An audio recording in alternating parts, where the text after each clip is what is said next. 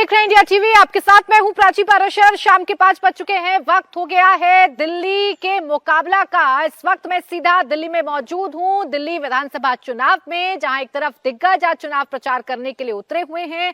मुख्यमंत्री योगी आदित्यनाथ, गृह मंत्री अमित शाह के रोड शो की तस्वीरें आप देख रहे थे। राहुल गांधी भी आज अपने उम्मीदवारों के लिए प्रचार प्रसार करने के लिए दिल्ली के मैदान में उतर रही हैं। तो दूसरी तरफ मुद्दों को लेकर जो लड़ाई है वो साफ तौर पर देखने को मिल रही है। मुख्यमंत्री योगी आदित्यनाथ चुनावी रैली को संबोधित करते हुए एक बार फिर आम आदमी पार्टी को चुनौती दे रहे हैं। यमुना में आचमन करने, यमुना में स्नान करने की चुनौती दे रहे हैं। मुख्यमंत्री योगी आदित्यनाथ याद दिला रहे हैं कि जैसे प्रयागराज में संगम नगरी में योगी आदित्यनाथ ने अपनी पूरी कैबिनेट के साथ डुबकी लगाई, क्या वैसे अरविंद केजरीवाल अपनी कैबिनेट के साथ यमुना में डुबकी लगा सकते हैं। इसके अलावा रोहिंग्याओं का मुद्दा मुख्यमंत्री योगी आदित्यनाथ की तरफ से उठाया गया। एक और खबर जो निकल कर आई वो ये कि बदरुद्दीन अजमल ने आज अपना समर्थन अरविंद केजरीवाल को दे दिया है। सवाल यह है कि क्या ये पूरा का पूरा चुनाव ध्रुवीकरण की तरफ शिफ्ट हो गया है? क्या मुख्यमंत्री योगी आदित्यनाथ के चुनावी मैदान में उतरने के बाद हिंदू वोट इधर शिफ्ट हो जाएगा? क्या अरविंद केजरीवाल को मुस्लिम वोट्स का सहारा है? इस पर करेंगे चर्चा, लेकिन उससे पहले आपको सुनवाते हैं आज के दो बड़े बयान। यहां पर जो राज्य सरकार यह अराजकता का एक पर्याय बन करके रह गई है। किस नैतिकता से जनता जनार्दन के पास जाकर के वोट मांग रहे हैं? हम लोग तो दो ही नारा लगाते थे, हर हर गंगे हर हर यमुने के नारे लगाते थे। वहां से बदबू आ रही थी, सीवर जैसी बदबू आ रही थी इस पावन यमुना नदी से। संगम में डुबकी लगा करके पुण्य के भागीदार बने। हमने आचमन भी किया, स्नान भी किया। तो आप भी इस दौरान यमुना जी में अपने मंत्रियों को लेकर के जाते, डुबकी लगाते, बांग्लादेशी घुसपैठियों को बसा करके दिल्ली के हकों पर कुठाराघात करने का पाप भी किया है। यह अखंड भ्रष्टाचार में डूबी है। यह आपकी आस्था के साथ खिलवाड़ करने वाली पार्टी है।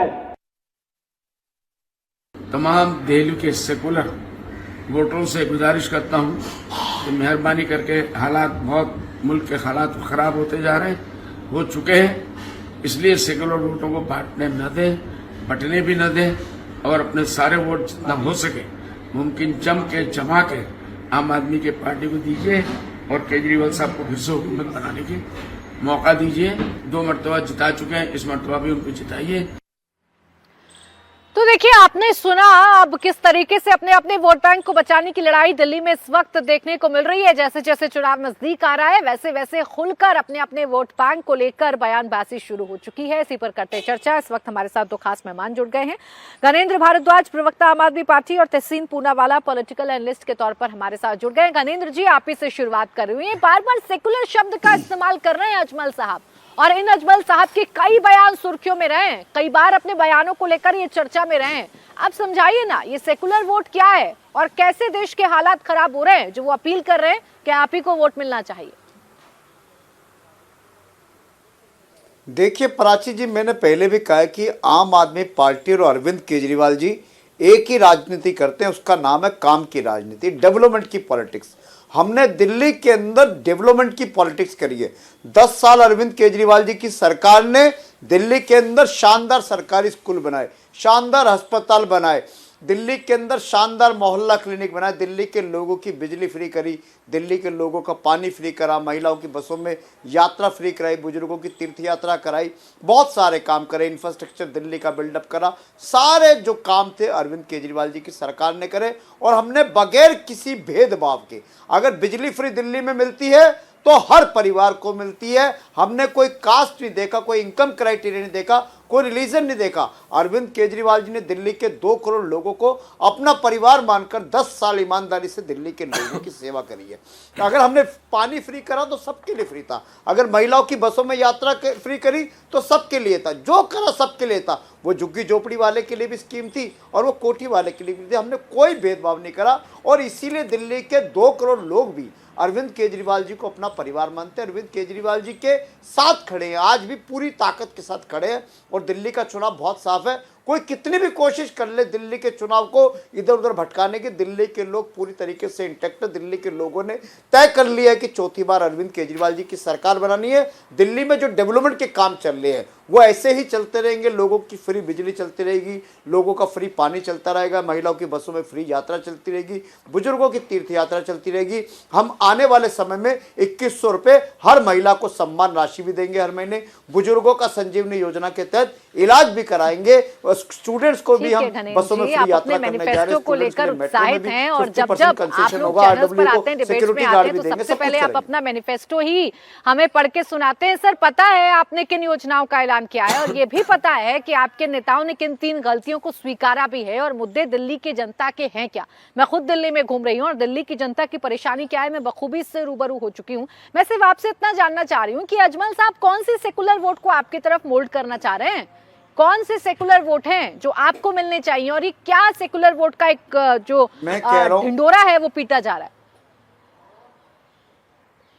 प्राची जी, मैं ये कह रहा हूं कि दिल्ली के 2 करोड़ लोग में हर रिलीजन के लोग आते हैं, हर कास्ट के लोग आते हैं, हर तबके के लोग आते हैं। झुग्गी वाला भी आता है, कोठी वाला भी आता है, फ्लैट वाला भी आता है, सब आते हैं। बीजेपी वाले भी आते हैं, कांग्रेस वाले भी आते हैं, हर पॉलिटिकल पार्टी के लोग आते हैं। सब लोग अरविंद केजरीवाल जी के साथ है। अरविंद केजरीवाल जी सबको अपने परिवार की तरह मानते हैं। सब लोग साथ में, सबके लिए हमने विकास करा है। हमने दिल्ली के अंदर हर स्कीम सबके लिए बराबर के लिए बनाई है। दिल्ली के अंदर कोई भेदभाव नहीं करा। ऐसा नहीं करा कि बिजली फ्री किसी विशेष वर्ग को मिलेगी। ग्रंथियों की याद आपको चुनावों से ठीक पहले आई धनेंद्र जी। इससे पहले इमामों को सैलरी देने का वादा किया था, वो तो पूरा हो नहीं पाया। खैर, देर आए दुरुस्त आए। प्रदीप भंडारी जी, आप लोगों को क्यों जरूरत पड़ रही है अपनी उसी पिच पर आकर खेलने की जो पिच ध्रुवीकरण की पिच होती है? एक सेकंड गणेश जी, प्लीज एक सेकंड। नहीं, मैं 1 मिनट में आती हूँ आपके पास। 1 मिनट में 10 सेकंड बात का जवाब सर, प्लीज बार बार आप नाम बोलते हैं सर, रिपीटेशन लगता है। 1 मिनट रुके। अच्छा, जल्दी से कंप्लीट करिए। प्राची जी, मैं ये कह रहा हूं कि अरविंद केजरीवाल जी की सरकार देश की पहली ऐसी सरकार थी जिसने पुजारियों और ग्रंथियों की तरफ भी ध्यान दिया। बीजेपी अपने आपको तो ठेकेदार बताती है हिंदुओं की, लेकिन 20 राज्यों में सरकार है, गुजरात में 30 साल से सरकार है। किसी पुजारी ग्रंथि की इनको याद नहीं आई। और अरविंद केजरीवाल जी ने जैसे कहा कि मैं 18,000 हर महीने पुजारी और ग्रंथि को दूंगा, भारतीय जनता पार्टी की आग लग गई, पूरी बीजेपी खिलाफ होगी। अरे पुजारी ग्रंथियों को 18,000 रुपए क्यों दे रहे हो? पूरा मौका दिया मैंने आपको। आपने अपना संकल्प पत्र, अपना मैनिफेस्टो बिना किसी विघ्न के पढ़ा है गणेंद्र जी, तो इसलिए थोड़ा सा आप इंतजार करिए। प्रदीप भंडारी जी से मुझे जवाब लेने दीजिए। प्रदीप भंडारी जी, क्या बिना हिंदू मुसलमान किए, बिना रोहिंग्याओं की याद आए, बिना दूसरी पार्टियों को कोसे, खासकर कांग्रेस जो सत्ता में भी नहीं है यहाँ पर 10 सालों से, नहीं लगता आपको कि आपकी जीत हो पाएगी? प्राची जी, 5 मिनट 25 सेकंड तक घनेंद्र जी बोल रहे थे। मेरा निवेदन है कि मुझे प्लीज 2.5 मिनट का समय दिया जाए। पहली बात, अरविंद केजरीवाल जी दुनिया के सबसे बड़े झूठे पॉलिटिशियन हैं, जनता विरोधी व्यक्ति हैं और वो चुनाव हार रहे हैं और चुनाव हारने में वो व्यक्ति बौखला चुके हैं और जनता विरोधी हरकतें कर रहे हैं। मैं एक एक करके इनके सभी सवालों का जवाब दूंगा, पर सवाल का जवाब इनको देना चाहिए। 10 साल से सरकार में है। ये रहा झुग्गी बस्ती के अंदर आया हुआ बिल। दिल्ली के अंदर झुग्गी बस्तियों में बिल, बिजली का बिल बढ़ बढ़ के आ रहा है। ये 18 यूनिट का बिल है जो दिल्ली के अंदर लालबाग, झुग्गी, आजादपुर में 2,820 रुपए आ रहा है। दिल्ली में 80% से ज्यादा जनता को कोई फ्री बिजली नहीं मिल रहा और अगर अरविंद केजरीवाल वापस सत्ता में आ जाते हैं तो और इलेक्ट्रिसिटी के दाम बढ़ेंगे। भारतीय जनता पार्टी की सरकार है जो देश भर में पीएम सूर्य घर के तहत मुफ्त बिजली देने की बात कर रही है, जिसमें 1 करोड़ से ज्यादा लोग रजिस्टर हो चुके हैं। अगर मुफ्त बिजली चाहिए तो सिर्फ और सिर्फ भारतीय जनता पार्टी को चुनना चाहिए। दूसरी बात, अरविंद केजरीवाल ने पंजाब में एक भी महिला के खाते में 100 रुपए नहीं डाले। 3 साल से इनकी सरकार है। ये झूठ बोलते, इन्होंने अपना 52 करोड़ का शीश महल बना दिया, 2026 करोड़ का शराब घोटाला कर दिया, पर ना पंजाब ना दिल्ली की महिला के खाते में 100 रुपए भी डाले।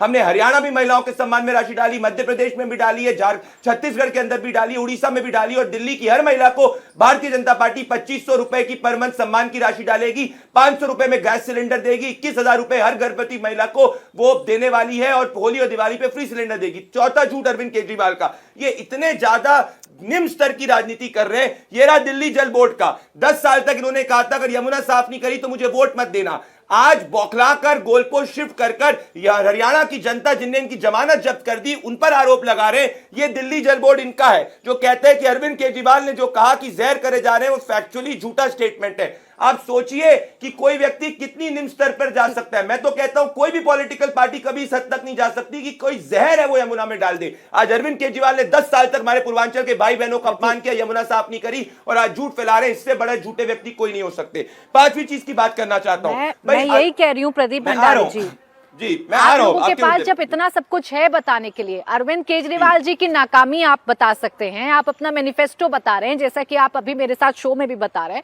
तो क्या जरूरत है ये कहने की कि कांग्रेस और आपको भाईजान की चिंता है, वक्फ माफियाओं पर शिकंजा कसेंगे। यूपी के मुख्यमंत्री हारे हैं, लाइन लेंथ वही है जो बाकी चुनावों में होती है। करिए ना विकास की बात, यूपी मॉडल पेश करिए आकर। प्राची जी, अगर आपने योगी आदित्यनाथ जी को सुना तो मैं नहीं, शायद से पूरा नहीं सुना, मैं उसको वापस से आपके सामने रखना चाहता हूं। योगी आदित्यनाथ जी ने ANI ने ट्वीट करा है, मैं आपको पढ़ना चाहता हूं, और ये कुछ ही मिनटों पहले, 1.5 घंटे पहले का ट्वीट है। और ये कहा जाता है कि भाई जब गाजियाबाद से दिल्ली की तरफ आ रहे थे तो यमुना के अंदर इतना मैल था, इतना सीवर ठीक नहीं किए गए, इसीलिए यमुना मैली है और इसी कारण इस इनकेपेसिटी की वजह से अरविंद केजरीवाल की सरकार को हटाना चाहिए। अब बताइए, जो अजमल वक्फ की जमीन को पक्षधार करता है, जो अजमल कहता है पार्लियामेंट में वक्फ की जमीन होनी चाहिए, जो अजमल कहता है रोहिंग्याओं को भारत में सेटल करना चाहिए, जो अजमल इनके अहमदुल्ला खान का राइट हैंड दोस्त है, जिस अहमदुल्ला खान जो है वो अरविंद केजरीवाल के राइट हैंड है, वो तो बात यही कर रहे हैं ना कि भाई आम आदमी पार्टी और आपदा को वोट करना चाहिए, तुष्टीकरण का वोट करना चाहिए। तो हमसे आप क्यों पूछ रही हैं? क्या कांग्रेस पार्टी ने या आम आदमी पार्टी ने अजमल के खिलाफ एक भी स्टेटमेंट दिया? नहीं दिया। तो ये इनसे जवाब कल बाबा साहेब अम्बेडकर की मूर्ति को तोड़ने का प्रयास पंजाब में करा गया, तब भी अरविंद केजरीवाल शांत थे। पर जब आप सवाल पूछते हैं तो वाजिब लगता है प्रदीप भंडारी जी। फिर मैं आगे जा रही हूँ, यमुना की सफाई पर आप सवाल पूछते हैं तो वाजिब लगता है, लेकिन वहीं अगली लाइन में अगर आप ये कहने लगते हैं ना कि कांग्रेस आपको भाईजान की चिंता, वक्फ माफियाओं पर शिकंजा कसेंगे, 1 इंच जमीन घुसपैठियों को नहीं देंगे, तो सवाल आप पर भी खड़े होते हैं ना। घुसपैठी घुसे, अगर घुसपैठियां बच रहे हैं तो जिम्मेदारी आपकी भी होगी। जवाब दे रहा हूँ, और सीधे तौर पर हिंदू मुसलमान तो आप कर रहे हैं ना। नहीं, वक्फ की बात हिंदू मुसलमान की है ही नहीं। वक्फ से हिंदू भी पीड़ित है, मुसलमान भी पीड़ित है, क्रिश्चियन भी पीड़ित है। अरविंद केजरीवाल ने तो 2015 में कहा तो उनका बस चलेगा तो दिल्ली की हर प्रॉपर्टी को वक्फ को दे देंगे। वो वक्फ जो बात है वो संविधान की बात है, बाबा साहेब भीमराव अंबेडकर के संविधान की बात है। ये लोग तो पंजाब में बाबा साहेब भीमराव अंबेडकर की मूर्ति को तोड़ने का प्रयास कर रहे थे अमृतसर के अंदर। ये नहीं विश्वास करते बाबा साहेब भीमराव अंबेडकर के में, हम विश्वास करते, हम संविधान में विश्वास करते, तो बिल्कुल बोलेंगे ये वक्फ माफिया को बैक करने वाला अजमल है, जिसको आम आदमी पार्टी बैक कर रही है और कांग्रेस बैक कर रही है। इसमें तो कोई दो राय है ही नहीं। इसमें हिंदू मुसलमान कैसे हो गया? ठीक है, वक्फ की बात तो न्याय की बात है। तहसीन जी, चलिए ठीक है, चलिए तहसीन पूनावाला जी, किसी ने तो नाम लिया कांग्रेस पार्टी का, भी तो आम आदमी पार्टी और बीजेपी एक दूसरे के साथ आमने सामने की फाइट या रिंग में उतरती हुई नजर आ रही है। योगी आदित्यनाथ आए तो उन्होंने कम से कम कह तो दिया कि कांग्रेस और आपको तो सिर्फ भाईजान की चिंता है, हम ऐसा होने नहीं देंगे। इसे कहते हैं नूरा कुश्ती जो आपके शो पर चल रहा है, लेकिन असल में योगी जी समझ गए कि कांग्रेस ही जो है उसी का माहौल बन रहा है दिल्ली के अंदर। लेकिन 2 चीज है, अभी मेरे भाई आम आदमी पार्टी के प्रवक्ता कह रहे थे हमने ये काम किया वो काम किया, मैं फिर से रिपीट करना पड़ेगा, फिर से ये अलग मुद्दे पे चले जाएंगे, तो आपके दर्शकों को संक्षेप में बता दूं। जब से दिल्ली लेजिस्लेटिव असेंबली बनी है, जब से बनी है, तब से वो हमेशा सरप्लस रेवेन्यू में रही है। पहली बार ऐसा हुआ है कि दिल्ली का जो बजट है वो डेफिसिट में जा रहा है माननीय अरविंद केजरीवाल जी के नेतृत्व में, और इसका इनके पास कोई जवाब नहीं है। दूसरा, अब ये कह रहे थे कि हम सम्मान राशि दे रहे, चाहे वो हमारे पंडितों को हो, हमारे ग्रंथियों को, चाहे हमारे इमामों को तो दिया नहीं। पंडितों और ग्रंथियों को क्यों पंजाब में नहीं दिया?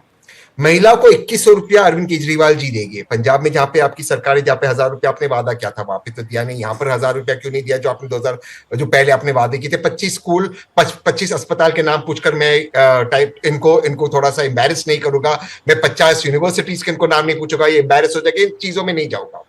इनसे बस यही सवाल पूछना है मुझे कि आम आदमी पार्टी ने आज तक, अब दूसरे आपने जो कहा कि संजीवनी योजना आप लाने वाले, उसको आपने सरकार आपने नोटिफाई क्यों नहीं किया? तो आम आदमी पार्टी ने 10 साल में कुछ नहीं किया दिल्ली की जनता के लिए, न प्रदूषण मुक्त किया दिल्ली को, न यमुना जी को साफ किया, सिर्फ लोगों को ठगने का काम किया। क्या आम आदमी पार्टी या माफी मांगेगी? जो आपने आरोप लगाया कि दिल्ली के लोगों को उनके पानी में जहर मिलाने का काम हो रहा था, यह बात बुरी तरह से गलत है। कोई भी पॉलिटिकल पार्टी इस तरह की बातचीत नहीं कर सकती। क्या आपको लगता है एक व्यक्ति जो मुख्यमंत्री बनना चाहती है, 3 बार मुख्यमंत्री है, उन्हें इस तरह की गैर जिम्मेदार बयान देना चाहिए? क्या उनका आरोप है कि कोई ब्यूरोक्रेट्स थे, वो मुख्यमंत्री के आदेश पर जाकर वहां हरियाणा के अंदर जहर मिला रहे थे? जहर मिला रहे, दिल्ली जैसे शहर में जहर आने को कितना जहर था? ये जहर प्रोक्योर कहां से हुआ? कहां से पॉइजन हुआ? ये पॉइजन ट्रांसपोर्ट कैसे हुआ? आज मैं आपकी बात को अगर मान भी लूं, आप इसको एक्सपोज कीजिए इंडिया टीवी पे, प्राची ने मेरा समय लीजिए, ये जहर कहां से प्रोक्योर हुआ, कैसे ले गए, कौन ब्यूरोक्रेट था? जाहिर सी बात है मुख्यमंत्री तो नहीं डाल रहे थे जहर, जाहिर सी बात है मुख्यमंत्री साहब तो नहीं डाल रहे थे, ब्यूरोक्रेट्स हो गए। ये ब्यूरोक्रेट्स के नाम क्या है, बाकी वहां पे लोग क्या है, सिक्योरिटी का है, कैमरा का है, ये सब बता दीजिए। आज मैं जवाब ले लेती हूँ।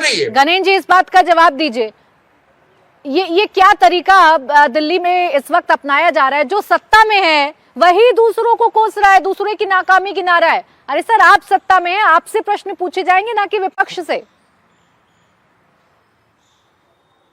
प्राची जी, कल सीईओ जल बोर्ड हैं शिल्पा शिंदे, IAS ऑफिसर हैं, ये सीईओ जल बोर्ड ने बकायदा दिल्ली के चीफ मिनिस्टर को, दिल्ली के चीफ सेक्रेटरी को एक लेटर लिखा कि दिल्ली के अंदर हमारे पास 37 STP हैं, सीवर ट्रीटमेंट प्लांट है, जो हमारे चल रहे हैं, और उस सीवर ट्रीटमेंट प्लांट की अपनी कैपेसिटी है कि 1 ppm से लेकर 2.5 ppm तक हम वाटर को ट्रीट कर सकते हैं। लेकिन पिछले 15 दिन से लगातार हरियाणा दिल्ली में अमोनिया वाला पानी छोड़ रहा है। 1 ppm से लेके अब 7 ppm, तकरीबन 7 गुना ज्यादा अमोनिया वाला पानी हरियाणा छोड़ रहा है, ताकि दिल्ली के लोग बीमार हो जाए, दिल्ली के लोगों की किडनी फेल हो जाए, दिल्ली के लोगों के लीवर फेल हो जाए। भारतीय जनता पार्टी, हरियाणा की सरकार घिनौनी हरकत पे उतर आई है। अरे दिल्ली के लोगों को मार दोगे, दिल्ली के लोग तुम्हें वोट नहीं देंगे। झूठ बोल रहे हैं ये। अमोनिया 1 ppm से लेके 7.5 ppm तक चला गया। एक मिनट, दिल्ली में बहुत सारे मुद्दे हैं सर, और सारे दिग्गज चुनाव प्रचार करने के लिए उतर गए हैं। लेकिन अगर आपने ये आरोप लगाया है तो कोई तो सबूत आपके पास होगा। रुकिए ना गणेश जी, आप लोग सुनते नहीं है सर, 1 मिनट, कोई तो प्रूफ आपके पास होगा। और एक प्रूफ प्रदीप भंडारी जी के पास भी है, वो भी एक लेटर लेकर आए हैं, उनके पास भी सारी फैक्ट्स हैं कि क्या आपने बोला, क्या नहीं बोला। एक जवाब ले लेती हूँ प्रदीप जी का, फिर सुभाष जी को चर्चा में लाना है। दिग्गज आज जो प्रचार कर रहे हैं उससे कितनी ताकत मिलेगी, उस पर चर्चा कर रहे हैं। 1 मिनट, बोले जल्दी से, सबकी आवाज कम करिएगा, प्रदीप जी की आवाज है। शिल्पा शिंदे, जिस ऑफिसर का इन्होंने नाम लिया उसी का लेटर पढ़ रहा हूं मैं। झूठ बोलते हैं आम आदमी पार्टी वाले, पढ़ रहा हूं। शिल्पा शिंदे दिल्ली जल बोर्ड की चीफ एग्जीक्यूटिव ऑफिसर लिखती है कि अरविंद केजरीवाल ने जो कहा है वो फैक्चुअली इनकरेक्ट है, जिसमें कोई बेसिस नहीं है, मिसलीडिंग है और ऐसा कुछ भी नहीं है। ये शिल्पा शिंदे, ये हाईलाइटेड, अगर आपका कैमरा पर्सन यहां दिखाए, आप जूम करके दिखाइए, यही लेटर में दिखा रहा हूं। ये इतने बड़े झूठे लोग हैं, 10 साल तक यमुना साफ नहीं करी, तो अब जाकर हरियाणा के लोगों को ब्लेम कर रहे हैं। इतनी निम्न स्तर की राजनीति देश के इतिहास में कभी नहीं हुई, कोई राजनीतिक दल इस हद तक नहीं पहुंचा। ये रहा लेटर शिल्पा शिंदे का, ये देखिए क्या लिखा है यहाँ पे, ये रहा। ज्ञानेंद्र जी झूठ बोलते हैं आप, ये रहा फैक्चुअली मिसलीडिंग।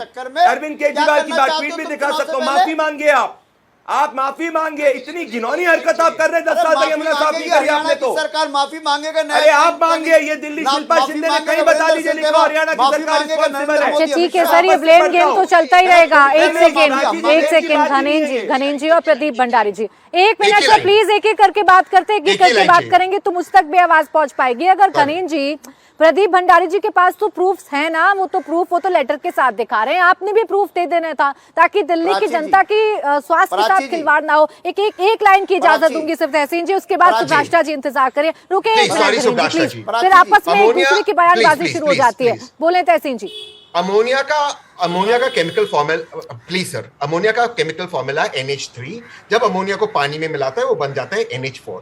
अब अमोनिया पानी में मिलकर टॉक्सिक कैसे बन सकता है? आप लोग प्लीज सुन लीजिए। या तो लाइटनिंग, क्या दिल्ली के अंदर कोई लाइटनिंग हुई, या तो कोई वोल्केनिक एक्टिविटी, या तो कोई कमर्शियल फर्टिलाइजर डाला गया, या तो कोई आग लग गई जंगल के अंदर। अब ये बताएं कि कमर्शियल फर्टिलाइजर किसने डाला? आप देखिए ना किस कदर चिंता है कि वो एक एक मूव पर ध्यान रखते हैं। सुब्राष्ट्र जी, आप दिल्ली में सारे दिग्गज मैदान में उतर आए। ठीक है सर। सुब्राष्ट्र जी, दिल्ली में सारे दिग्गज मैदान में हैं। योगी आदित्यनाथ प्रचार कर रहे हैं, अमित शाह प्रचार कर रहे हैं, राहुल गांधी भी प्रचार कर रहे हैं। योगी आदित्यनाथ जी ने अपनी लाइन और लेंथ एकदम क्लियर कर दी है। कह रहे कांग्रेस और आम आदमी पार्टी को भाईजान की चिंता है। अब सवाल ये कि क्या बिना इस पिच पर उतरे कोई भी चुनाव जीता नहीं जा सकता? प्राची जी, मुझे लगता है ये प्रश्न जो आप पूछ रही हैं ये प्रदीप भंडारी जी को जवाब देना चाहिए इसका कि किस पिच पर उतरे बिना कोई चुनाव जीता जा सकता है। नहीं, मुझे ऐसा लगता है कि भारतीय जनता पार्टी को जहां तक की कैंपेन स्ट्रैटेजी जहां तक मैंने समझी है, वो they give it their best, they give it their all. हर चुनाव की अगर हम बात करें, मूल प्रश्न यहाँ पर यह है जिन सवालों से आम आदमी पार्टी या आम आदमी पार्टी के प्रवक्ता भागते फिर रहे हैं उनका जवाब भी तो मिलना चाहिए। भाई बीजेपी क्या कर रही है, कांग्रेस क्या कर रही है, तो ऑपोजिशन में बैठे हैं दिल्ली में, जो सत्ता पर काबिज है उससे उन मुद्दों पर सवाल पूछा जाए जिन मुद्दों को लेकर वो नई राजनीति करने आए थे, जैसे शिक्षा, जैसे बेसिक सुविधाएं, पानी, हवा, स्वस्थ दिल्ली। उन पर अगर हम बातें करते हैं तो फिर इधर उधर की बात को क्यों करते हैं, बगले क्यों झांकते हैं? सिंपल सी बात है, अगर यमुना साफ नहीं हो पाई तो इसकी जिम्मेवारी अब किस पे? अगर दिल्ली में पोल्यूशन का स्तर इतना बड़ा है जबकि दिल्ली और पंजाब दोनों में आपकी जगह सरकार है, तो फिर ठीकरा किस पे? आपने कौन सा ऐसा हाई लेवल डेलीगेशन बुला लिया, कौन सा ऐसा व्हाइट पेपर जारी कर दिया, कौन से ऐसे एक्सपर्ट्स को लेकर के आपने दिल्ली और पंजाब की जनता के लिए काम किया? ये प्रश्न अब भी नहीं पूछे जाएंगे तो कब पूछे जाएंगे? और जब जब इनसे प्रश्न पूछा जाता है ये यहाँ वहां की बात करते हैं। ये जो सवाल तहसीन ने पूछा, हालांकि हम लोगों की पॉलिटिकल आइडियोलॉजी बहुत कम मैच करती है कई विषयों पर, लेकिन फिर भी अगर आप इनसे पूछ लीजिए कि नए विद्यालय कहाँ हैं, नए विश्वविद्यालय कहाँ हैं, तो फिर ये बगले झांकते नजर आते हैं।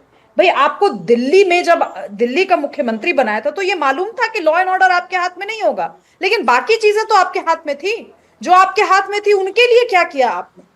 ये सवाल है प्राची जी, और ये सवाल कितना भी ये भागना चाहें, इन सवालों से उनको राब्ता करना पड़ेगा और दिल्ली का प्रबुद्ध वर्ग तो पूछेगा ही सवाल। ठीक है, आपने जो सवाल पूछे हैं उसका जवाब घनेन जी आपने देना। एक छोटा सा ब्रेक ले रही हूँ, ब्रेक से फौरन वापस लौटेंगे। आप देखते रहिए मुकाबला।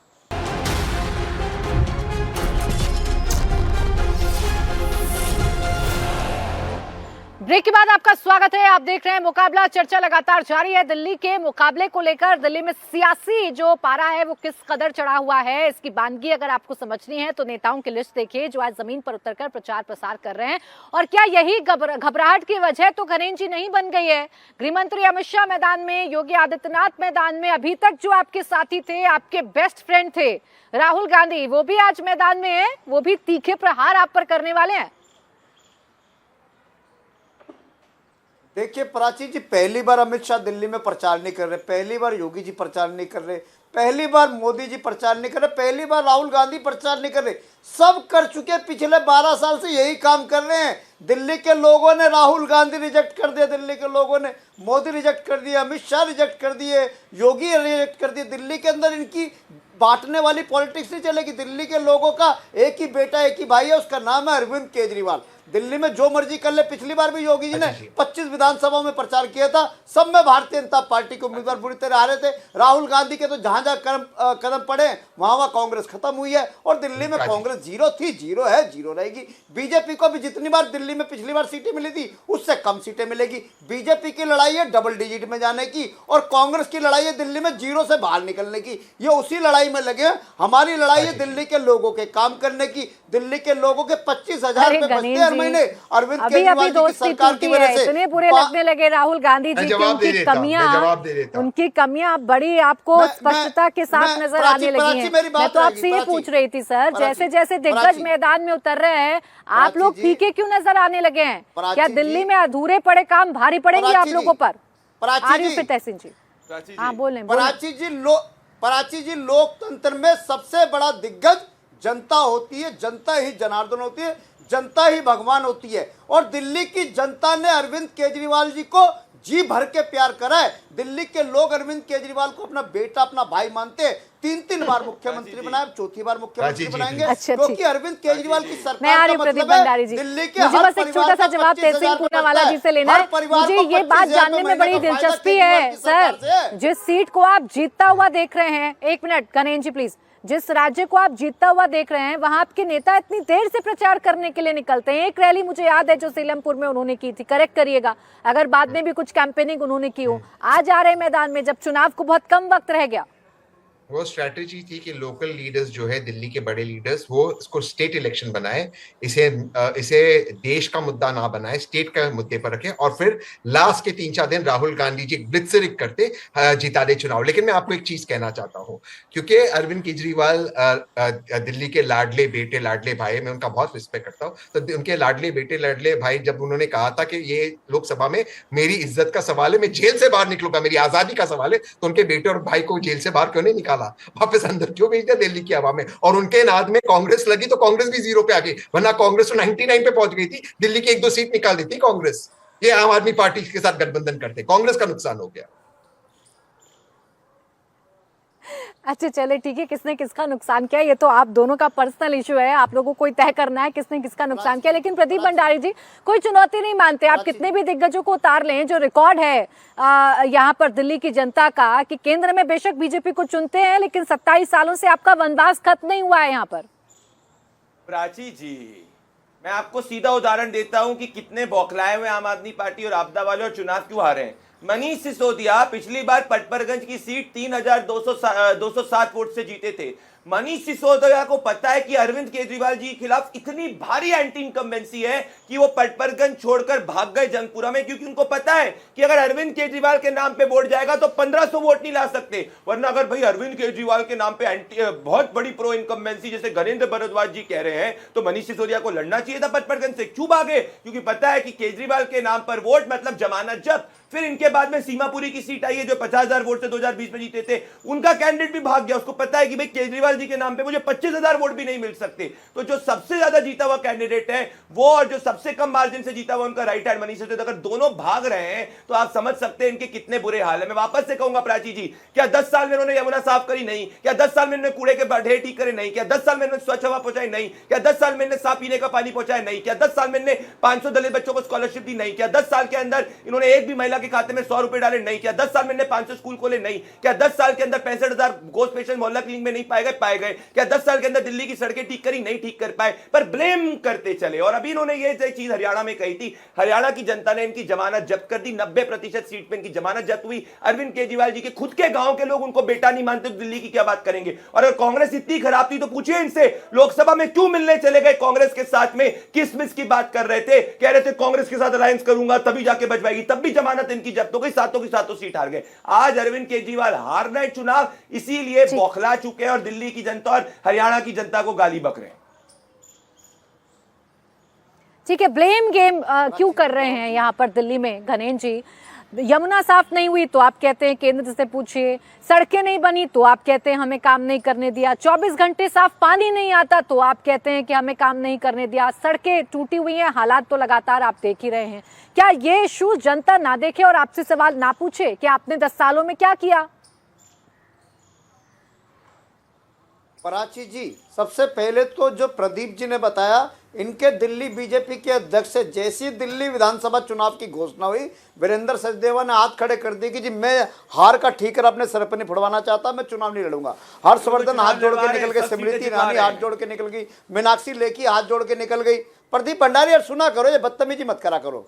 आप अच्छे एंकर हो, मैं आपकी इज्जत करता हूँ, अच्छे एंकर थे, लेकिन बदतमीजी मैंने आपको सुना है ना, बार बार क्यों बीच में बदतमीजी मत करा करो। प्रदीप भंडारी जी मेरी रिक्वेस्ट है, बीच में किसी को डिस्टर्ब करना चुनाव आ रहे हैं। अच्छा बीच में ना बोलें, लेकिन मैं आपको सुन लेकिन रहा हूं, यहाँ कोई किसी के साथ बदतमीजी करने नहीं बैठा है सर। मैंने आपको मैं रोक रही हूँ, मैं रोक रही हूँ गणेश जी, मेरी जिम्मेदारी है कि मैं प्रदीप जी को कभी इंटरप्ट करा, लेकिन प्लीज शब्दों का इस्तेमाल थोड़ा ठीक से किया करें तो बेहतर होगा। अब प्रदीप जी बीच में ना बोलिएगा, बोले गणेश जी के बीच में टोका टाक। हाँ, हाँ देखिए, मैं प्राची जी वही अच्छा, कह रहा बोले था ना कि सर, बोले, भारतीय जनता complete पार्टी के पास दिल्ली में भारतीय जनता पार्टी के पास दिल्ली में 3 तरीके की आपदाएं हैं। भारतीय जनता पार्टी के पास दिल्ली में ना तो लीडरशिप है, ना कोई इनके पास नीति है। भारतीय जनता पार्टी का दिल्ली को लेकर कोई नैरेटिव नहीं है, कोई मुद्दा नहीं है, कोई एजेंडा नहीं है। सिर्फ एक काम है, अरविंद केजरीवाल को गाली दो, आम आदमी पार्टी को गाली दो, अरविंद केजरीवाल के लोगों पे झूठे मुकदमे लगवाओ, उन्हें जेल भेज दो, उन्हें गाली दो, उनके खिलाफ उनको बदनाम करो। ये चीजें थोड़ी वोट मिलते हैं, वोट लोगों के काम करने से मिलते हैं। आज हम कॉन्फिडेंस से कह रहे हैं कि हमने दिल्ली के लोगों के काम करे। अरविंद केजरीवाल जी देश के पहले नेता है जिन्होंने ये कहा कि मैं यमुना साफ नहीं कर पाया, मैं दिल्ली की सड़कें ठीक नहीं कर पाया। ये कहने के लिए जिगरा और चाहिए, यही वो नेता है जिन्होंने ये भी कहा था गणेश भारद्वाज जी कि अगर मैं यमुना साफ ना कर पाऊं तो 2025 में मुझे वोट मत दीजिएगा। वही नेता है अरविंद केजरीवाल जी जो आज सीना ठोक कर कह रहे हैं कि वो यमुना साफ नहीं कर पाए। उन्होंने तब ये भी कहा था कि मुझे वोट मत देना। 15 लाख करोड़ 15 लाख नहीं दे पाया। मोदी जी के पास हिम्मत है कि मैं गंगा साफ नहीं कर पाया। सर, ये मोदी जी का चुनाव। एक मिनट गणेश भारद्वाज जी, मुझे आपसे ये समझना है गणेश भारद्वाज जी। अरे गणेश भारद्वाज जी, दिक्कत ये है ना सर, एक बार अगर आप ऑन होते ना तो आप रुकते नहीं है। आपको मेरे सवाल भी तो सुनने होंगे ना, उसके बाद आप जवाब दीजिए ना। पूरा मौका तो दे रही हूँ मैं आपको। मैं आपसे ये पूछ रही हूँ, सत्ता में 10 सालों से कौन है? आपकी बीजेपी। अगर बीजेपी है 10 सालों से तो मैं बीजेपी से सवाल पूछती हूँ। प्राची जी, मैं बहुत विनम्रता से कह रहा हूं कि दिल्ली के लोगों से हमने जो वायदे करे थे, ईमानदारी से हमने सारे वायदे पूरे करे।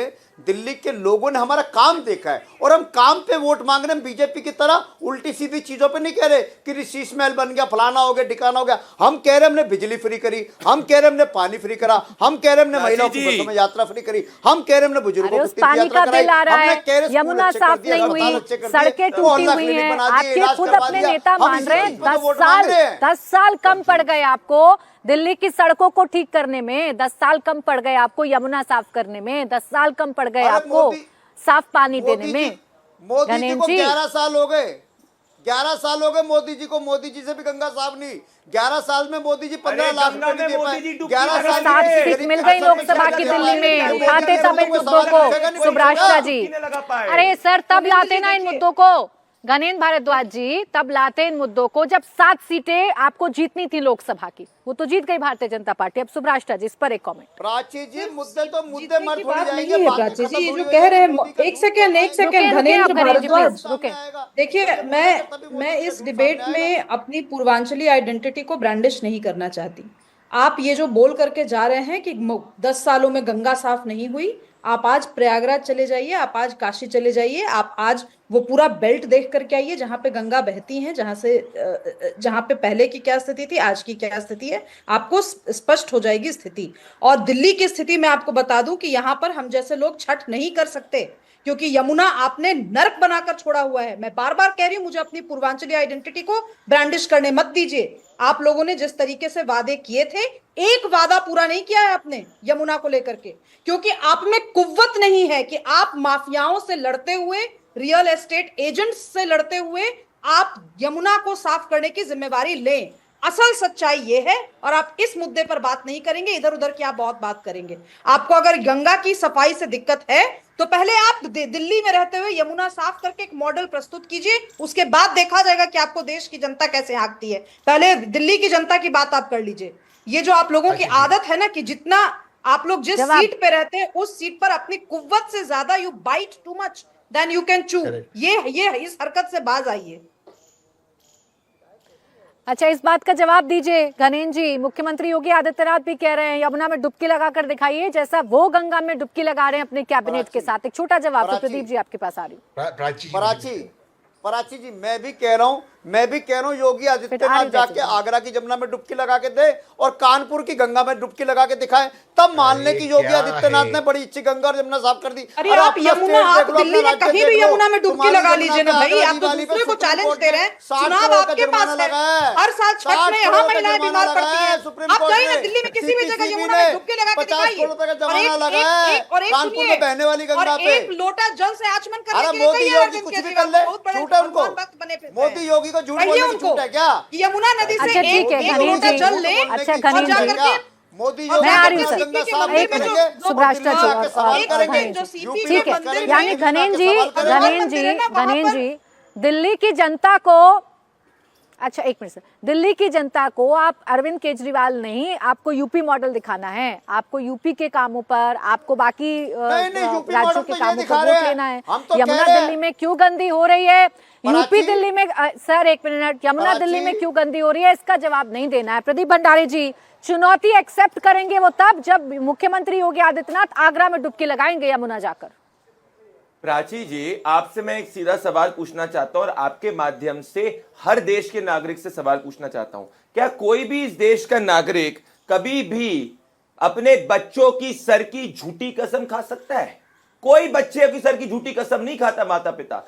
अरविंद केजरीवाल जी ने अपने बच्चों की सर की झूठी कसम खाई, ये कहते हुए कि मैं 2 BHK में रहूंगा, बड़ा बंगला नहीं रहूंगा, और अपना 52 करोड़ का शीश महल बनाया। वो 52 करोड़ अगर वो यमुना मैया साफ करने में लगा देते तो आज कुछ तो स्ट्रेच साफ होता, पर इनकी नीति और नीयत साफ करने की नहीं है। आज इन्होंने हमारे पूर्वांचल के भाई बहनों का अपमान करते हुए कहा है कि भाई हम तो साफ नहीं करेंगे। आप बताइए, केंद्र में हमारी सरकार है, आगे भी केंद्र में हमारी सरकार रहेगी, तो ये तो वापस से जाके ब्लेम करेंगे अगर इनको दिल्ली की जनता चुन के अरे भाई केंद्र में मोदी जी की सरकारें काम नहीं करने दे रही। ये काम नहीं करने देना चाहते हैं। पूर्व में भी सरकारें रही हैं, दिल्ली के अंदर और सेंटर में अलग सरकारें रही हैं, साथ में मिलकर दिल्ली का विकास किया है, पर ये करने की नीति इनकी नहीं है। मैं वापस से बोलूंगा, इनके खुद के वचन थे 10 साल में अगर यमुना साफ नहीं करी तो वोट मत देना।